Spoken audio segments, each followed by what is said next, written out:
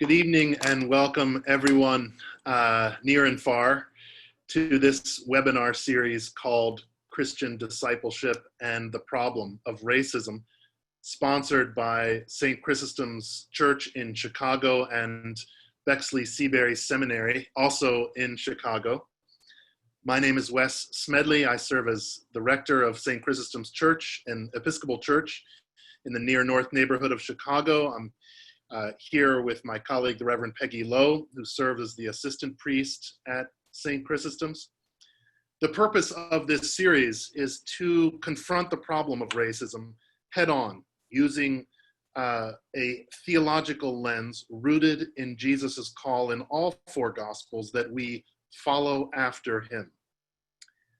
Before we introduce tonight's guest lecturer, I want to offer special thanks to the Reverend Dr. Micah Jackson, president of Bexley Seabury Seminary, for partnering together on this project, to Melissa Rao, who serves as the chief of staff to President Jackson, and to the fantastic community of professors and staff members from Bexley Seabury. And another word of gratitude for Joe Swimmer, the executive director for the Consortium of Endowed Episcopal Parishes, who so generously offered his assistance as well. Tonight's lecture from the Reverend Dr. Reggie Williams and all sessions connected with the series Christian Discipleship and the Problem of Racism will be recorded and placed on the website of both St. Chrysostom's Church and Bexley Seabury Seminary. During tonight's lecture, please engage as you feel called through the chat platform with your comments and questions. Reverend Peggy Lowe and I will do our best to capture all of these and to communicate them with Dr. Williams so he can respond. Before we go to President Micah Jackson and his invitation and introduction of Dr. Reggie Williams, please let us pray. The Lord be with you. And also with you. Let us pray. This is a prayer from Howard Thurman. Lord, Lord, open unto me light for my darkness. Open unto me courage for my fear. Open unto me hope for my despair. Open unto me peace for my turmoil. Open unto me joy for my sorrow. Open unto me strength for my weakness. Open unto me wisdom for my confession. Open unto me forgiveness for my sins. Open unto me love for my hates. Open unto me thyself for myself. Lord, Lord, open unto me. Amen. Amen.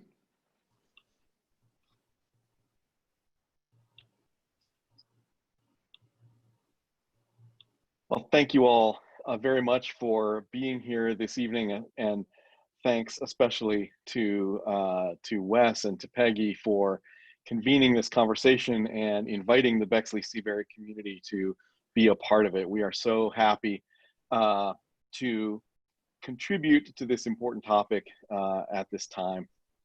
And I would love an opportunity to introduce you to our speaker for tonight. Our speaker tonight is Dr. Reggie Williams, the Associate Professor of Christian Ethics at McCormick Theological Seminary here in Chicago. Dr. Williams has a master's degree in theology and his PhD in Christian ethics from Fuller Theological Seminary. He is a member of the board of directors for the Society of Christian Ethics and the International Dietrich Bonhoeffer Society, as well as being a member of the American Academy of Religion and the Society for the Study of Black Religion. His research interests include Christological ethics, theological anthropology, Christian social ethics, the Harlem Renaissance, race, politics, and Black church life. He is the author of Bonhoeffer's Black Jesus, Harlem Renaissance Theology, and an Ethic of Resistance.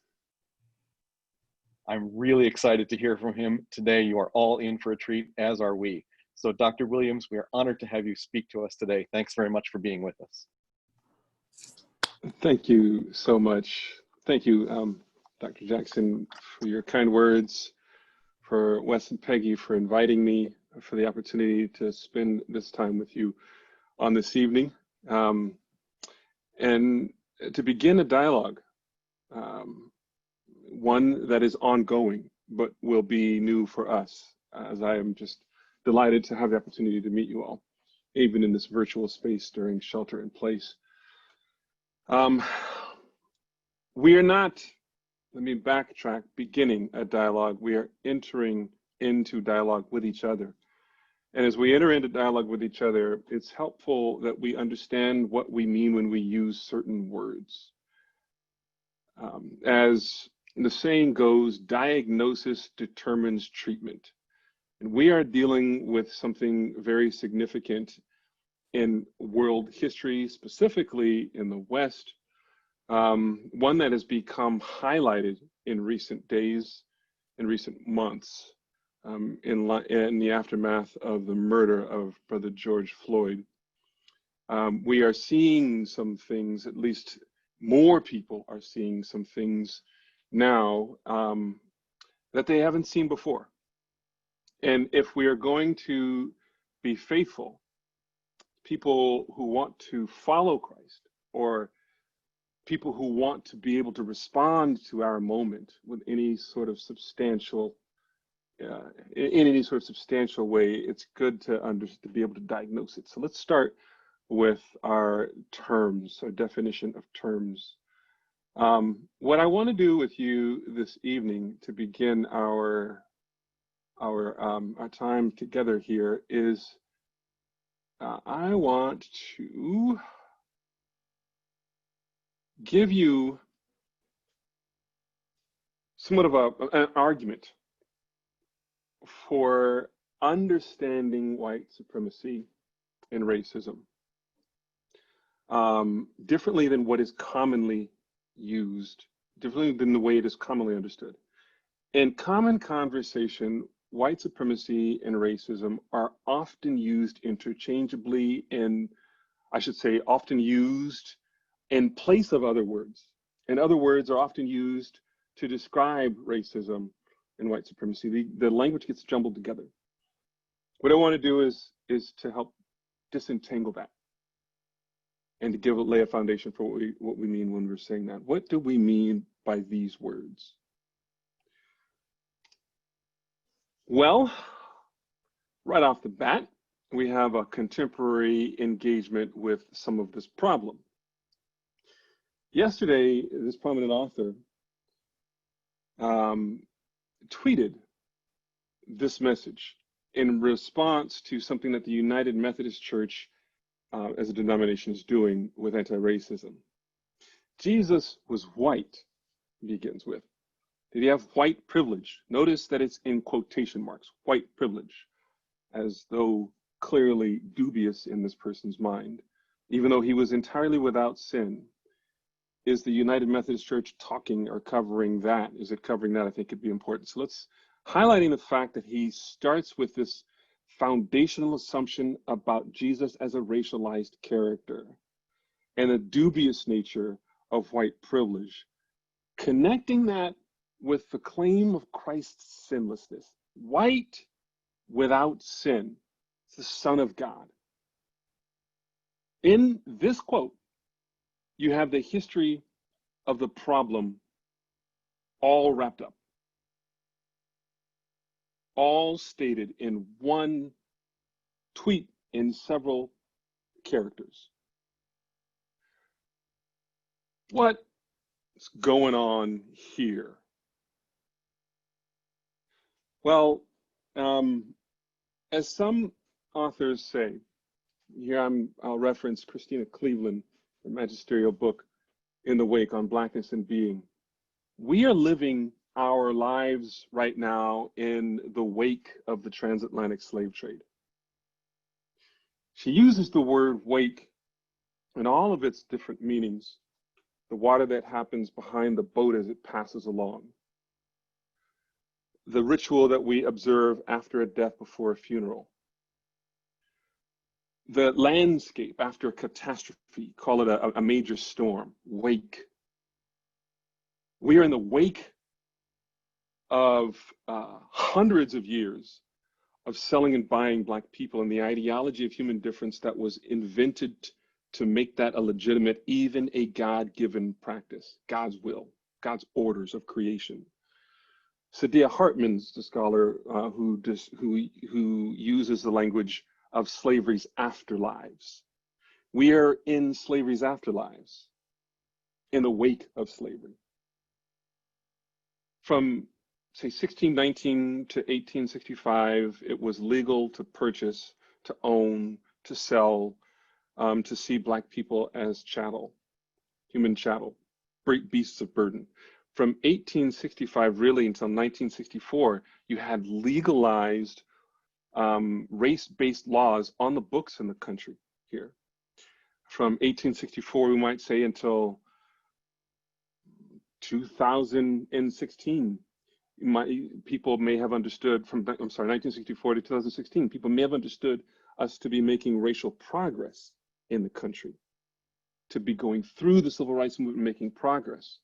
But in 2016, something foundational happened. The country took there was this undercurrent here in the country where people wanted to take their country back. What Van Jones called a white lash. The brief history that I just narrated has many other moves within it, where there's always been some kind of an effort to recalibrate back to an ideal community that was that the nation was founded by this ideal, this concept of an ideal that founded the nation as whites only. That's what's going on. We can find this ideology by going back further to its development, and I'm not going to give here a full history of the development of race as an ideology. I'm going to give us a snapshot here.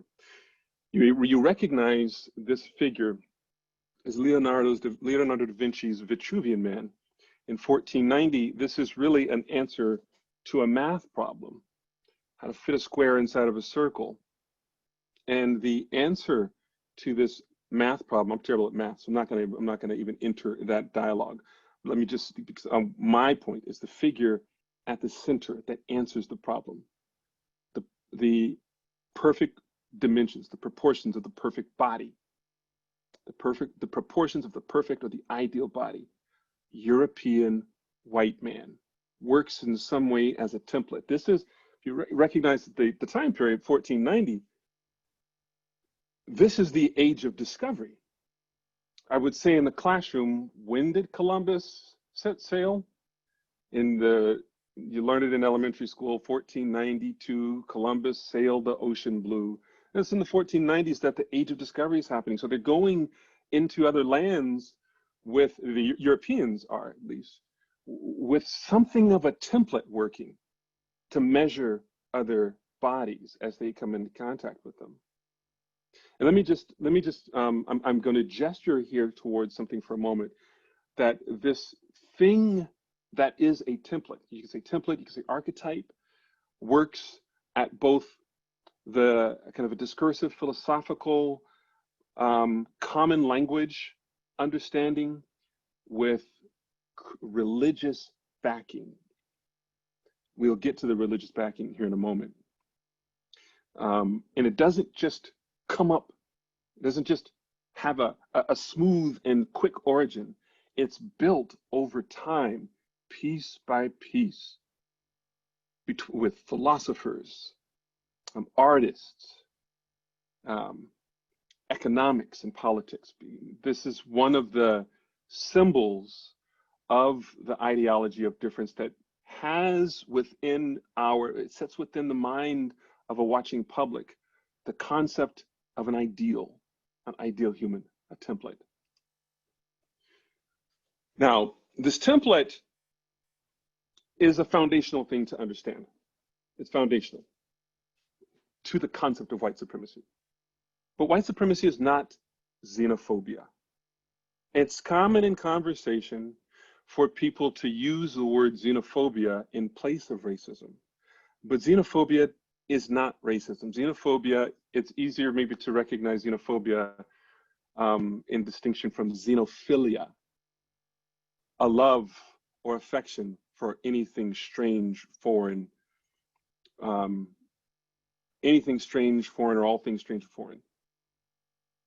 Xenophobia is the opposite of that. fear or hatred of strangers, foreigners, or anything that is strange and foreign.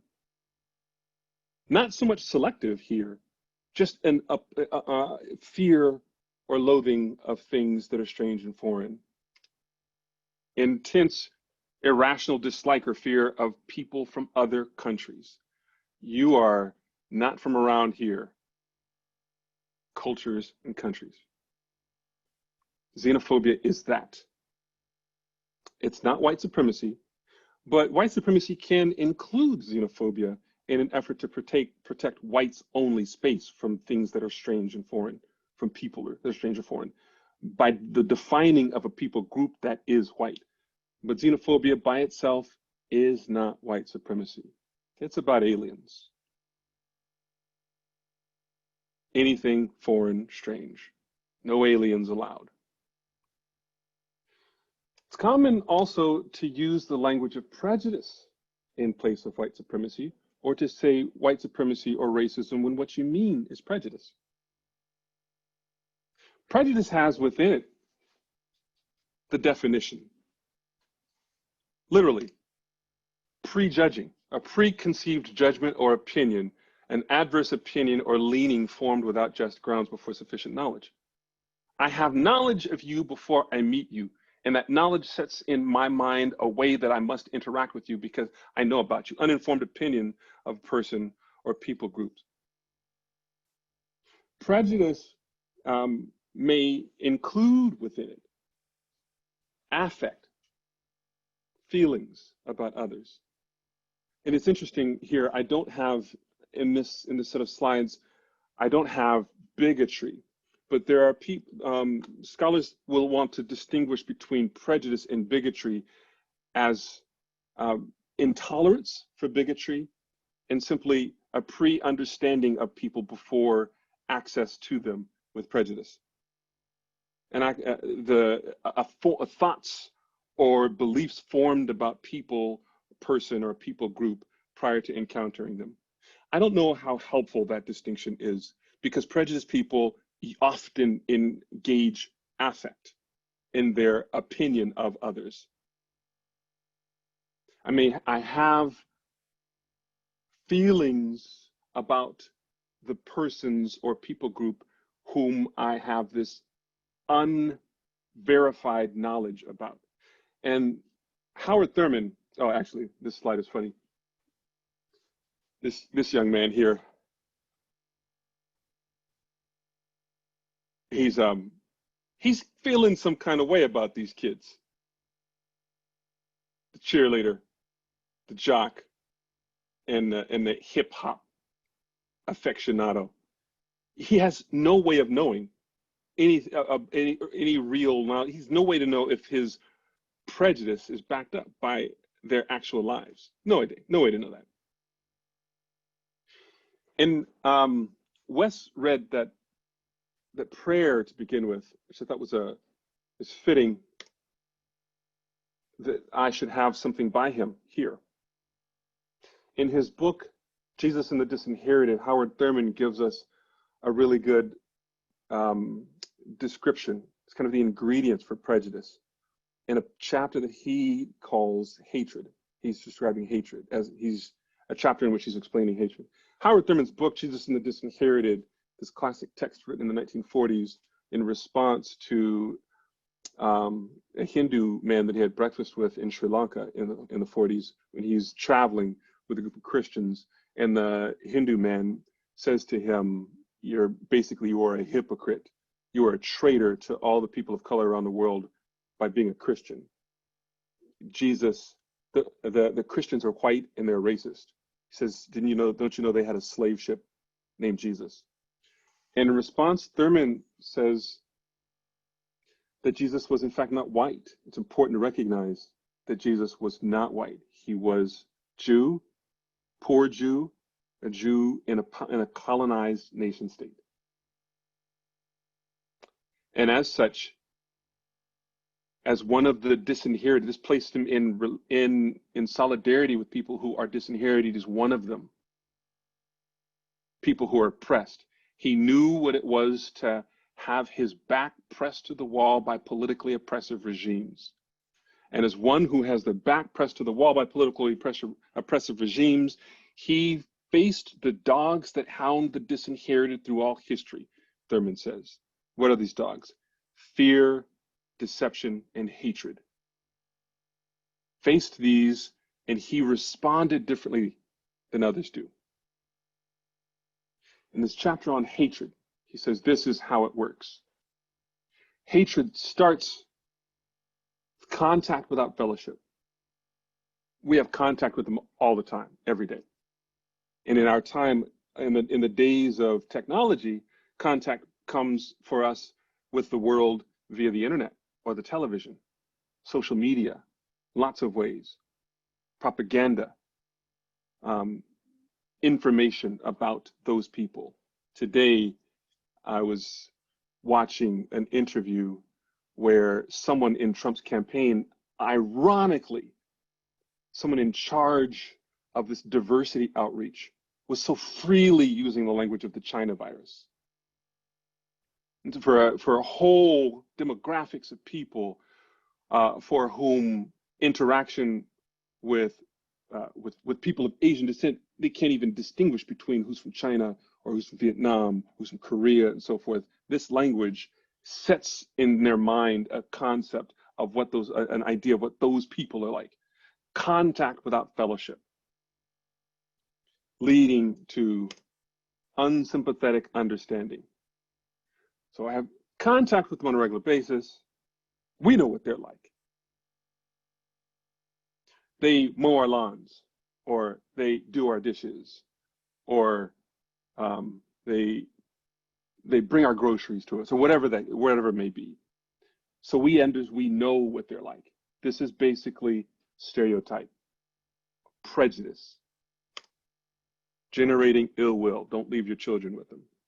Don't leave your door unlocked. Make sure that if one of them comes, if this person changed the lock in my house, brown-skinned person, whatever, or somebody wearing a turban, you should probably get the locks changed again. Ill will leads to, as he says, hatred walking. So this is how, in the way that I'm describing prejudice, one has a body of knowledge about a person or a group of people that is unsubstantiated by actual contact or actual fellowship or actual dialogue from them. You actually do not know them. That is prejudice. But prejudice is not racism. Prejudice is not white supremacy. And I use the two terms interchangeably because they're both describing the same phenomenon.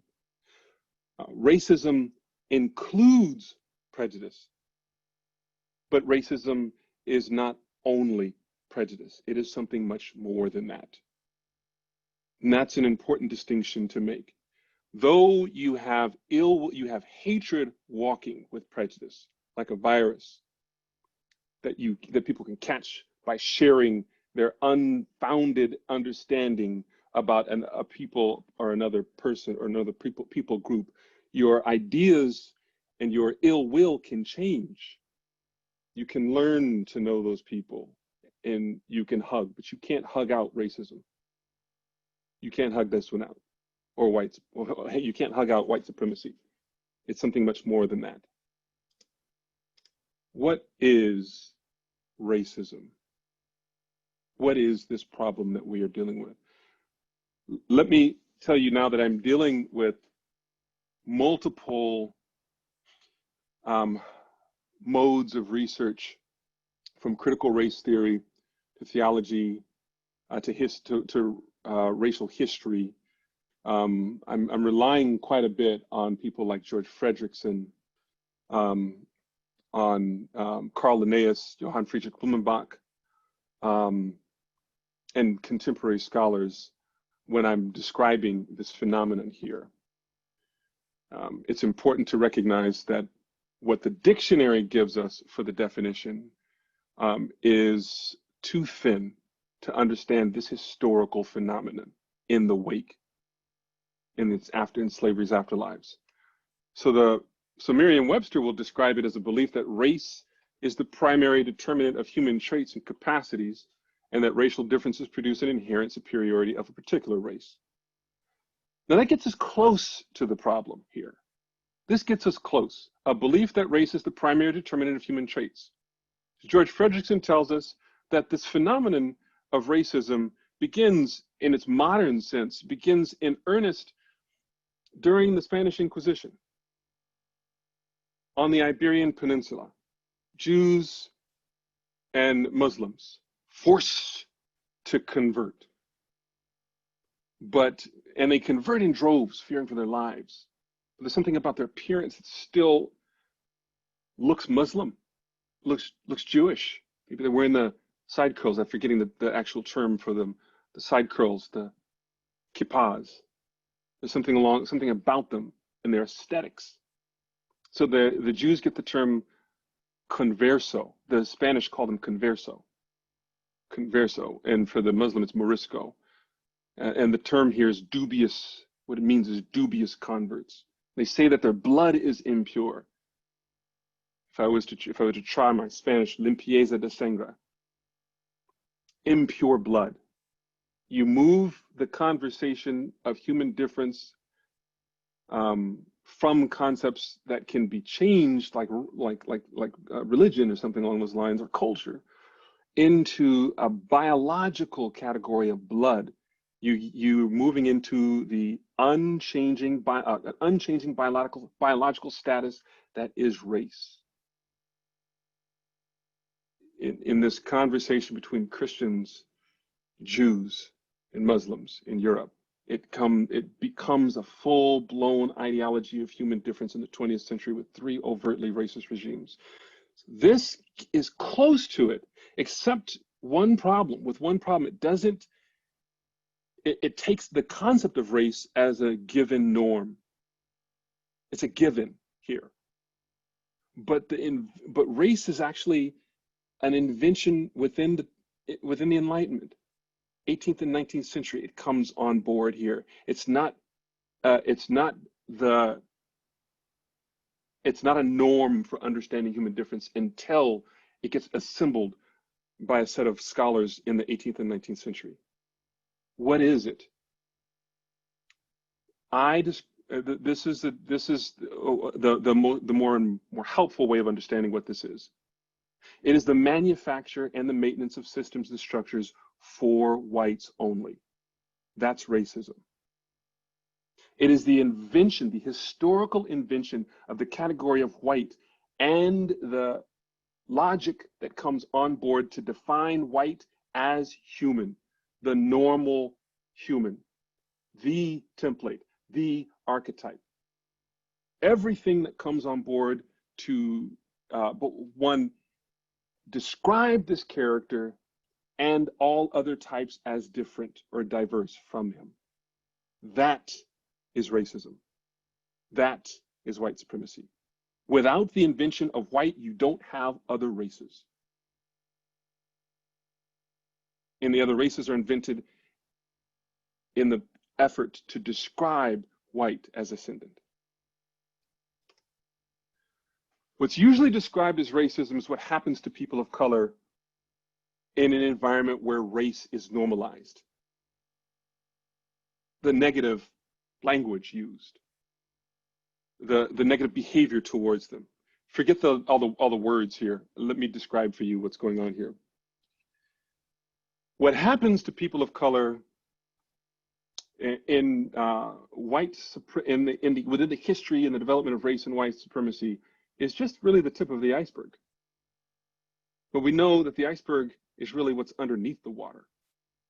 That's what's there. That's what is actually going on. And it's not hatred. That's not the goal of racism / white supremacy. I use the both interchangeably.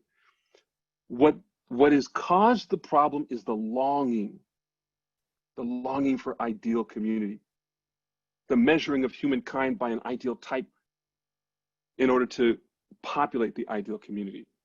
We see that in the 20th century with the invention of Jim Crow, of the Jim Crow South, which doesn't contain white supremacy. It's a nationwide thing.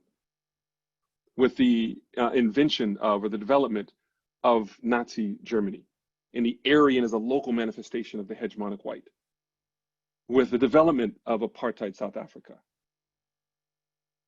These are all,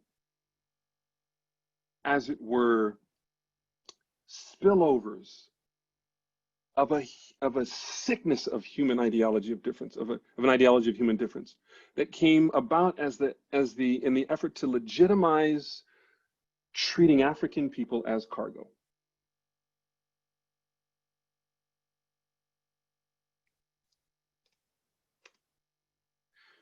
And it is as common now, hundreds of years after it was invented, as breathing. You can't shake it. We can't just stop thinking that way. From, as I said earlier, 1619 till today, the logic is the common way of understanding human difference in the world. I show this picture here to tell the story.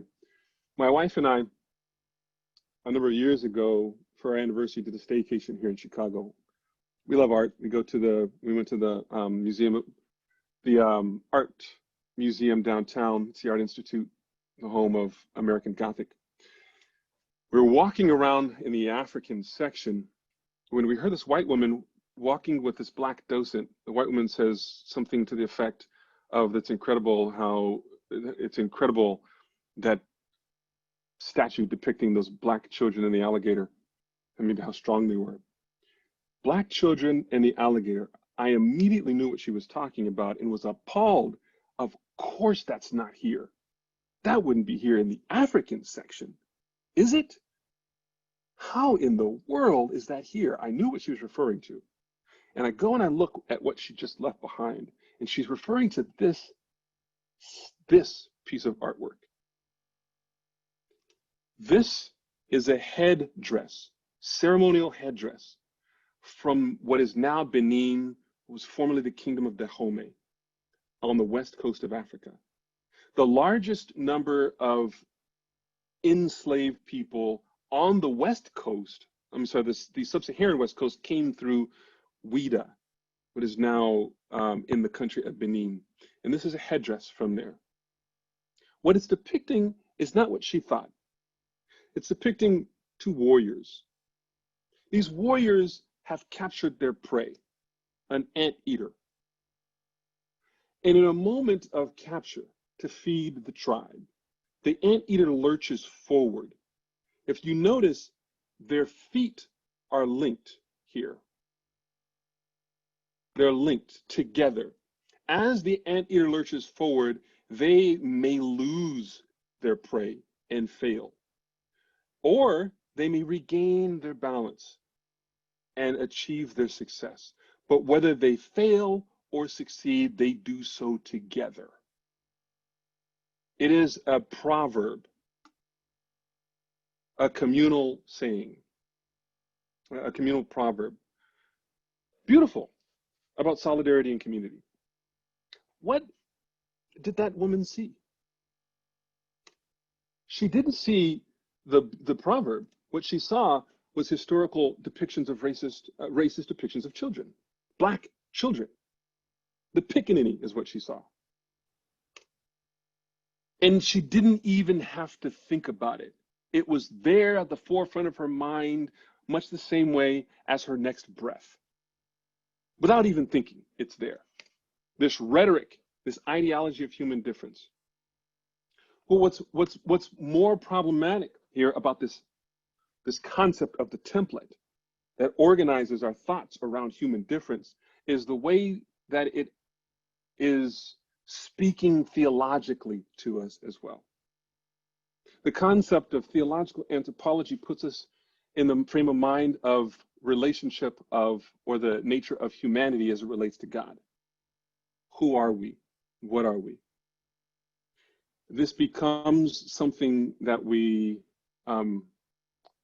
that helps us to understand the history of creeds and councils to determine what Jesus is, who Jesus is, in Chalcedon, Jesus is fully human and fully divine. Well, in the West, the concept of the human has been captured by this template, the archetype. The human becomes this hegemonic category to describe a type within taxonomies from the 18th and 19th century. The taxonomies, Carl Linnaeus, for example, the Americanus, the Africanus, the Asiaticus, the Europeanus, and the Monstratus. The Europeanus is the ideal type. For Johann Friedrich Blumenbach, it's those who come from the Caucasus, the most beautiful. Those are the human, and Christ becomes human. Christ is that template. Christ then gets divine, the incarnate one sanctions the template as something that is coming from God, the ideal.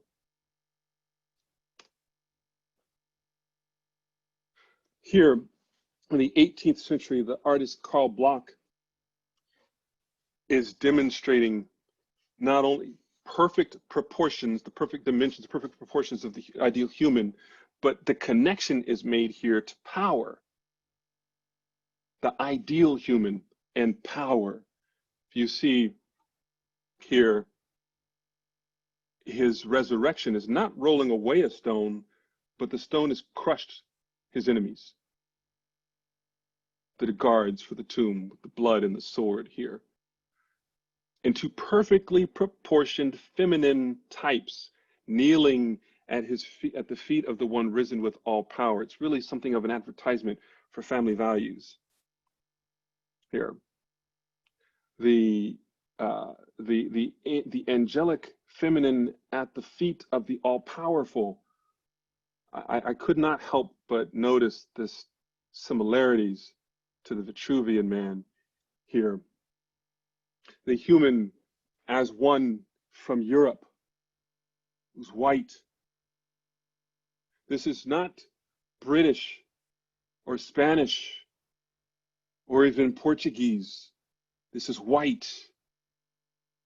It's important to recognize how white works as the creation of a new kind of human being in the West.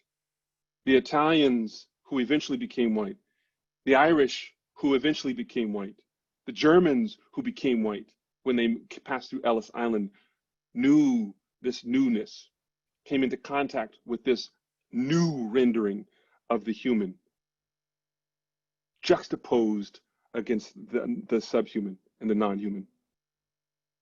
Dorothy Sirla in her book on suffering describes how this white figure, this white Christian figure, takes on national terms in Jesus as well. She calls Christofascism. This is an interesting hero representing aesthetically the connection between all power and Jesus as the divine one, the beautiful human. You remember, if you recognize this movie, this is Man of Steel. This is Superman.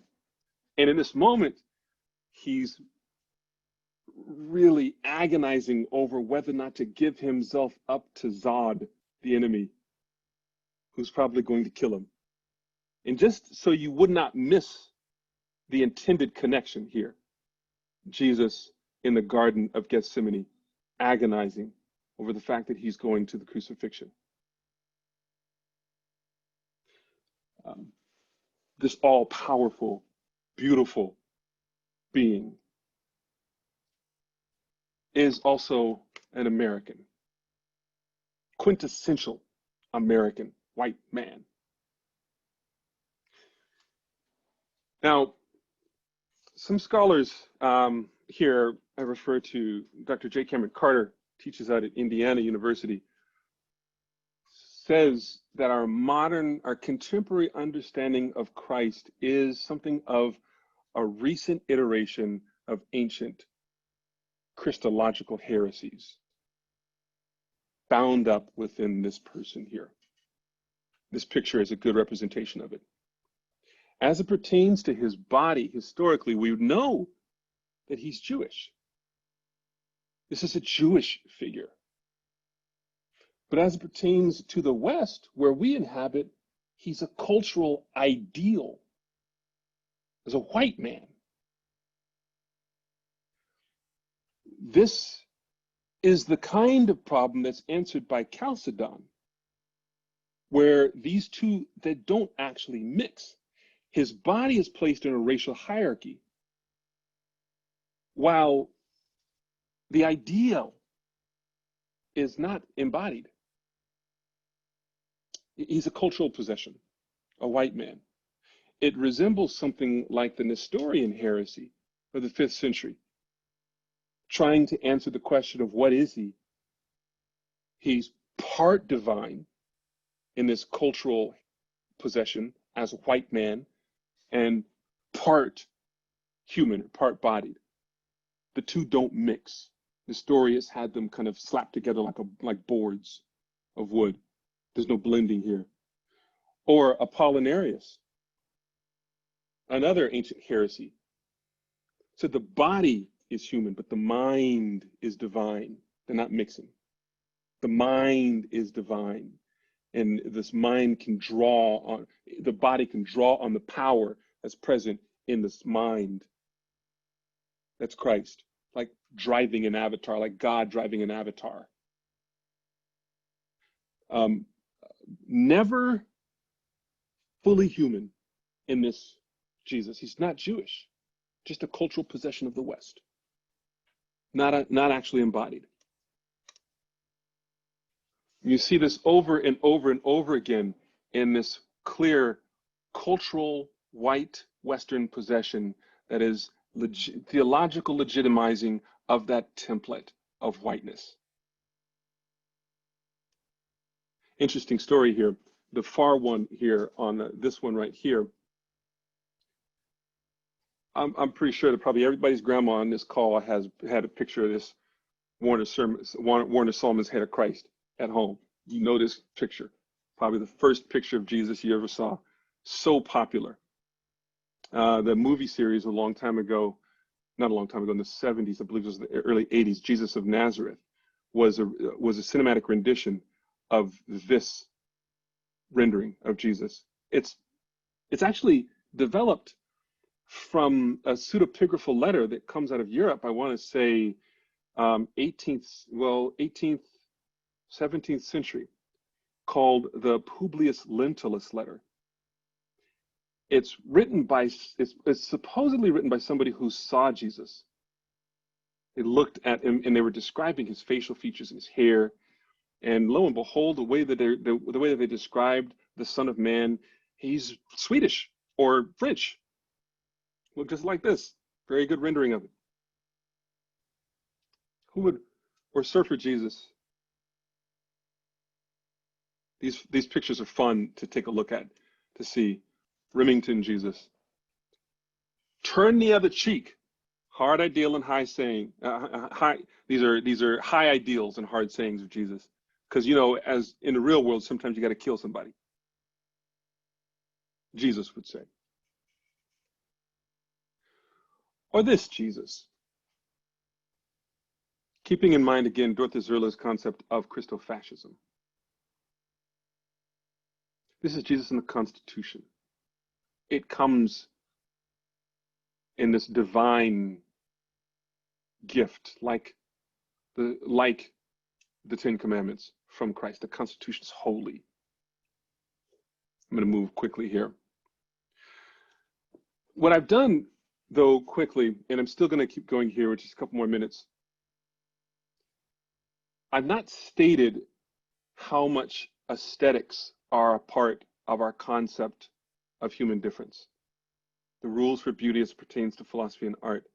Aesthetics are the way in which we render the society that we, actually the concepts of smart and moral and so forth in the society, in the culture where we live. Jesus captured in this aesthetic form as the template gives religious or sacred license to our understanding of ideal human. That's what's going on here. But Black artists do something different. Remember the depiction of Jesus by Karl Bloch, Risen with All Power, with the angels kneeling at his feet. Charles H. Johnson renders Jesus on the cross here in the 1930s, with the women standing at his side, mourning. The big hands of the proletariat, working hands, and the disproportioned bodies, and on the cross. The connection with Christ here for people who are marginalized, who are breaking free from the scripting of our bodies by the template here, doing it through identification with Christ. So you know you have to, they recognize that you have to deconstruct the sacred template if you're going to see humanity as it actually is. Or this one. The body of Christ broken for you. This is a slave ship.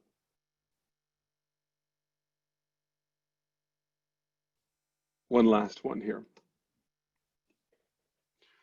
And then we'll move to questions and conversation.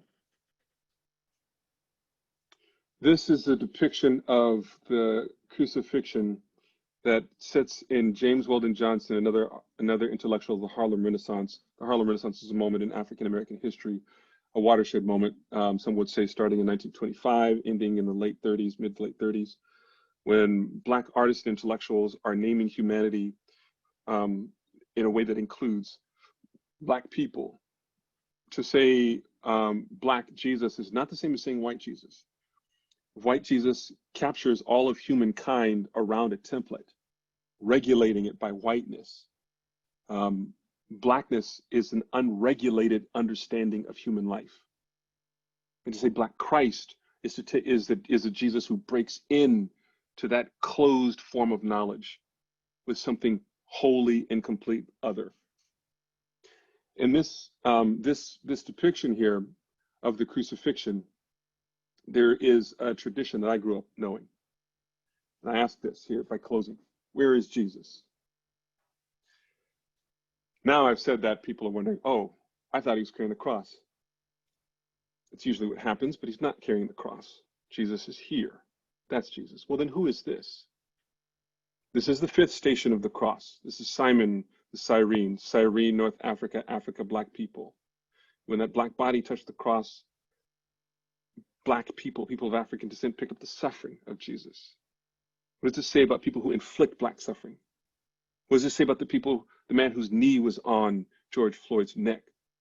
The man who chased down Ahmaud Arbery and shot him to death, shot Breonna Taylor, hanged or shot Renisha McBride, killing Black people throughout history, killed Emmett Till and so forth. They're participants in the lynching of Jesus, adhering to an ideology that's really about a fetish. The white Jesus is more of a fetish, an idol, than it is the actual representation of Christ. They make a God in their image. They demand that the world worship him. They take this God and they make humankind in their image. And white becomes that practice. Whiteness is that practice. This is an unregulated type. So let me stop there. I've given you the definition and the reason for the definition and its connection to a nefarious kind of Christian practice in the world, say, and concept of the holy. I can say much more about that, but I think I may have gone a little bit longer than I intended. Stop for conversation. Dr. Williams, thank you so much. I just want to read a line from your book, Bonhoeffer's Black Jesus, Harlem Renaissance Theology and an Ethic of Resistance, and connect it to another line from the chapter you wrote in the recently published Jesus and the Justice of Jesus. In Bonhoeffer's Black Jesus, you say, racism turns white Christians into idol worshipers and disallows authentic Christian discipleship. I've just lost my place at the other. And here in the Justice in the Way of Jesus, you write, whiteness is a system of belief that structures a deviant discipleship. Yes. And yes. yeah, and I'm just wondering if you would be willing to elaborate on those two. Sure. Absolutely. White supremacy is like a kind of worship. It is a religion. It's a religion that has people in the frame of mind of what reality is and how the world works and how God works in the world. It sets up modes of morality. For example, one of my favorite, a person who is extremely inspirational for me is Harriet Tubman. Harriet Tubman was a lawbreaker, an immoral person, indecent.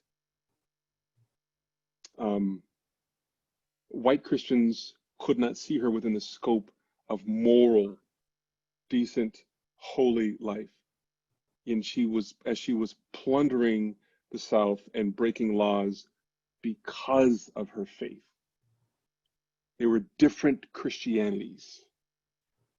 And the Christianity that the people who were demanding demanding that she be obedient to the laws and be a moral person, that Christianity was discipleship to a deviant religion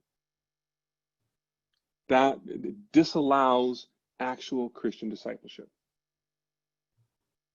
She was risking her life in faithfulness to Christ. There's a question that came in, which actually I want to hold on to just for a moment. I want to come back to, but several of the people here, many maybe, are Episcopalians. There's no right or wrong in that regard, but Episcopalians and Anglicans love to focus on the incarnation and to hold up the incarnation of God as one of our defining theological sort of guiding, I don't know what, events. Sure. Right. I'm wondering if you'd be willing to say a word about how incarnation can give us a language to leave off our idolatry and engage the true Jesus. Here I'm gonna depend on Bonhoeffer. There is some debate among some scholars as to whether or not Dietrich Bonhoeffer is emphasizing the cross or emphasizing incarnation in his theology. For in his posthumously published Ethics, Bonhoeffer describes incarnation as the moment that changes reality. Reality is Christomorphic since the incarnation. When Jesus comes into the world, takes reality upon himself. And now discipleship is being formed by Christ. It actually even has this kind of cosmic Christ connotations to it, that not just the human life that's on the planet, but the entirety of the planet. When Christ becomes incarnate, we then have a different, our discipleship then is defined by our relationship with each other and with God's creation in communion with one another. And when we encounter each other, we are always having an encounter with Christ, whether that person, actually, this is an interesting point, whether that person is Christian or not, because Christ now has become vicarious representation for whomever you meet because of the incarnation. We will always encounter each other through Christ, who stands in for each of us. It's an interesting way to think about what's going on with life now, since Christ became fully human. The incarnation shapes reality, and one might recognize in that understanding of human life since the incarnation something that would help combat whiteness, white supremacy, if we were to recognize that Christ stands in for every person that you encounter. I would differ a bit with Bonhoeffer in the sense of standing in or taking the place of, because we also have to recognize how the way our understanding of Christ is co-opted historically by this struggle of white supremacy. And if I can only see you by recognizing that a white man stands in for you, then I'll have a problem recognizing you other than something white, something that's defined by whiteness. It's important to recognize not standing in. I don't want white people to see a white person taking my place in order to value me, but solidarity. To come into the place where we can recognize ourselves as allies and solidarity over and against historical oppressions. Thank you. There's another question, or a couple questions. Is it possible for, let's see, is it possible for racists to undo their racism? So I saved the word racist for overt practices. Racism is the default understanding of human difference, really, since the slave trade. It's a default understanding of human. Without race, you don't have racism. The question then becomes, how can we see human difference in ways that are not toxic? And that's the struggle that we face. Concepts of holy, of moral, ways of understanding beauty, intelligence, good, bad, these kinds of things. We are all mired in this toxic ideology of human difference. Every one of us. And just like in the Harlem Renaissance, Black people were undoing the way whiteness has structured Black identity. White people need to come to the place where they recognize that they are also a race and a constructed identity, and how whiteness has shaped white identity. You got to come to that place. Eric Metaxas had white privilege in quotation marks. That's a very common way of understanding that problem. Privilege comes from being a representation of the template. The systems and structures are made for you. It holds you in its grips with such passion and tenderness, but people of color are crushed by it. No, those same systems and structures. So yeah, we need to be able to read this against ourselves, recognize first of all that there is a problem, and work to see the script for how it is defining us and our roles. Thank you. Couple other questions while I know we have just another few minutes. Might go just a minute over too, if that's okay. What sweeping changes do you, Dr. Williams, anticipate education centers, whether that be a local church, a seminary, might need to implement? What do they need to implement to help synthesize anthropology with theology, church history, etc.? So it is synthesized currently. One of the ways in which what we need to do is to go about recognizing how the classics are speaking in terms of intelligence and beauty around concepts of anthropology already, speaking to an ascendant type. To be educated means to be able to repeat the sounds of a pantheon from Europe often. That's speaking anthropology. That's anthropologically. But to undo those by listening to other voices would be an important place to start. And our concepts of holy. Now, what I haven't done is I specifically make use of the language of the template or the archetype, because this template is one, masculine. It's patriarchal and masculine. Okay, white supremacy always has its gangsters that it follows along with. It's patriarchy, masculine patriarchy. It's upwardly mobile, classist. Okay, and it's white. You can put ableist You can put heterosexist. But the template is an embodiment of the ideal human. It's multiple things always interwoven, working together. Now, people of color can also be dependent on this template in various ways.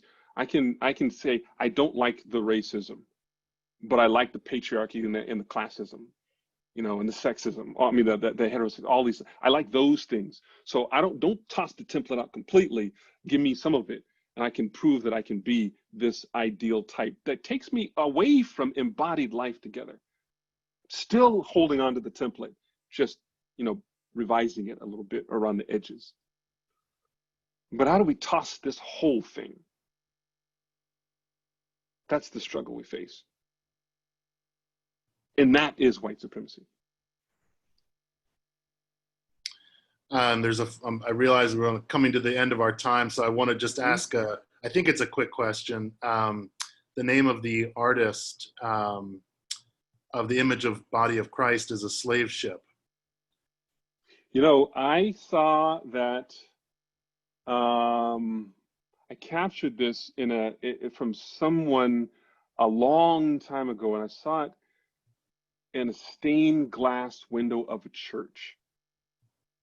I apologize. I should have this. I'll have it for you next time. I forget the author's name now, the artist's name now, but I don't have it on the slides. I have to get that question in, and I had it in another slide. I'm sorry. No problem.